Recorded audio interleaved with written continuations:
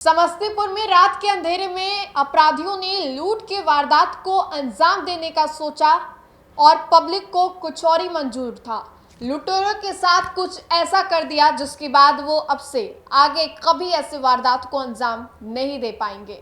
नमस्कार, आप देख रहे हैं देशवा न्यूज, आपके साथ मैं हूं राजनंदिनी। अपराधी जो है बेखौफ हो गए हैं, प्रशासन थक गई है रोक रोक करके। कई दफा तो प्रशासन देर से पहुंचती है और कई दफा पहले पहुंच जाती है, उसके बावजूद भी आपराधिक घटनाएं जो है वो हो जाती हैं। अब ऐसे में आपको बताएं तो समस्तीपुर से ये खबर सामने आ रही है जो कि दिल दहला देने वाली है, लेकिन जैसी करनी वैसी भरनी, आपने कहावत तो सुना ही होगा। समस्तीपुर में भी कुछ ऐसा ही होता है। समस्तीपुर में जब दो लुटेरे जो हैं लूट के वारदात को अंजाम देने के लिए जाते हैं, रात के अंधेरे में खुफिया तरीके से छुप छुपाते, लोगों के नजरों से बचते हुए एक दुकान में पहुंचते हैं। वहां पर दो भाई बैठे हुए थे, दोनों को पहले गोली मार देते हैं। उसके बाद वो दोनों लूट के वारदात को अंजाम देने के बाद गाड़ी पे बैठकर सर से निकलने ही वाले होते हैं कि अचानक से उनकी गाड़ी जो है वो पलट जाती है। फिर उसके बाद कुछ ऐसा हो जाता है उन दोनों लुटेरों के साथ जिसके बाद वो आगे कभी लूट के वारदात को अंजाम नहीं दे पाएंगे, जिसके बाद वो शायद घर भी ना जा पाए, जिसके बाद उनकी नाम ही वहां से मिटा दी गई है।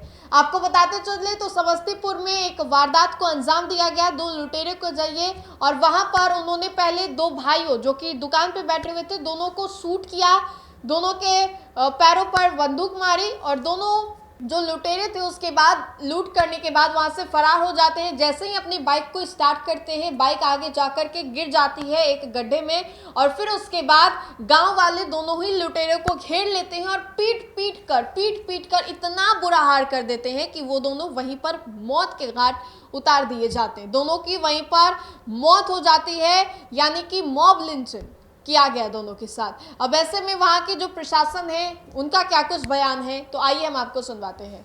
जैसा आप लोग जान रहे हैं, यहाँ पर अभी तक जो पता चला है कि 3 से 4 की संख्या में अपराधी आए थे और उनके द्वारा जो है वो अंदर गोलीबारी की घटना की गई, जिसमें अभी तथाकथित तौर पर बताया जा रहा है कि दो जो दुकान के ओनर हैं उन दोनों को गोली लगी है, एक को जांघ में और एक को चेस्ट के नीचे। वो भी इलाज के लिए गए हुए हैं, उनसे संपर्क हम लोग कर रहे हैं। यहाँ से पुलिस पदाधिकारी गए हैं तो उनका बयान ले पाएंगे। सर, ये जो दो अपराधी जो है जो 3 या 4 की संख्या में जो अपराधी आए थे और उनको मॉब लिंच किया गया, तो 2 उसमें से डेथ कर गए हैं और 1 या 2 अपराधी भागने में सफल हुए हैं। जिस बाइक से वो आए थे उससे वो भाग गए और 2 लोग मॉब लिंच हुए।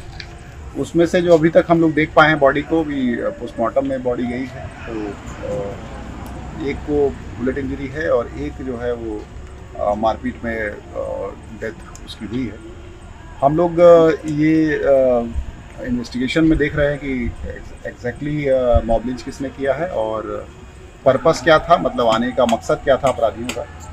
जो अभी तक की पूछताछ में आया है कि शायद मकसद लूट का भी हो सकता है या फिर कोई और बात भी हो सकती है। तो हम लोग दोनों ही एंगल से इसको देख रहे हैं, लेकिन घटना में आप लोग देख रहे हैं कि 2 लोग घायल हैं वादी पक्ष के और 2 लोग मॉब लिंच की घटना हुई। पुलिस इसको जो है वो विस्तार से अनुसंधान कर रही है। ऑफिसर की टीम यहाँ आई हुई है और पुलिस के जो है वो अन्य सीनियर अफसर यहाँ पर हैं।